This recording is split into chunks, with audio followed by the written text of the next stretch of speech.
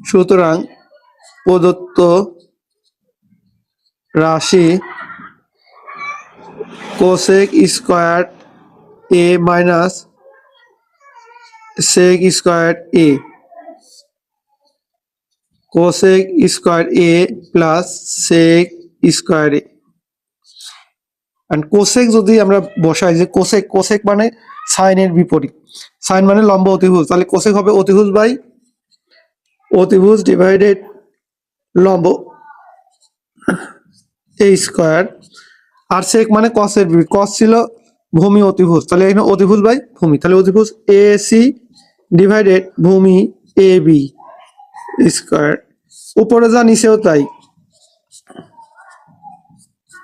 শুধু এখানে মাইনাস এখানে প্লাস, উপরে নিচে সেম হবে। তাহলে আমরা এখন এর মানটা যদি বসাই, এস এর মান 2 আর বি এর মান 1, এস এর মান 2, এটা √3, 2 divided 1 whole square plus 2 divided √3 whole square.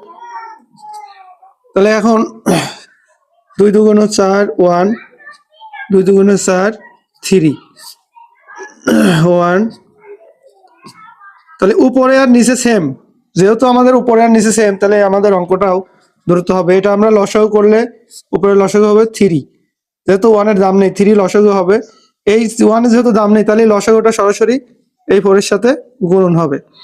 আর আমরা লসাগুর নিয়ম অনুযায়ী জানি যার হরের সাথে লসাগু মিলে যায় তার লবের কোনো পরিবর্তন হয় না।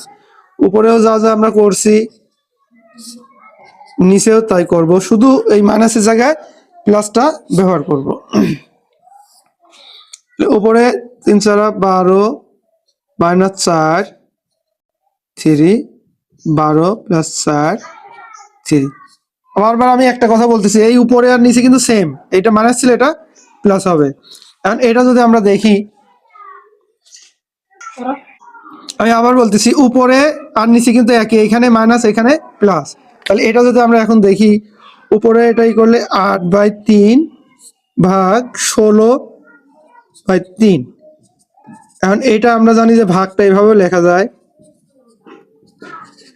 তাহলে ভাগ যখন গুণন হয়, ভাগ যখন গুণন হয় তখন হর লব হয়, লব হর হয়, এটা এটা কাটে যায়, এটা এটা কাটলে 2, তাহলে 1/2 অ্যান্সার।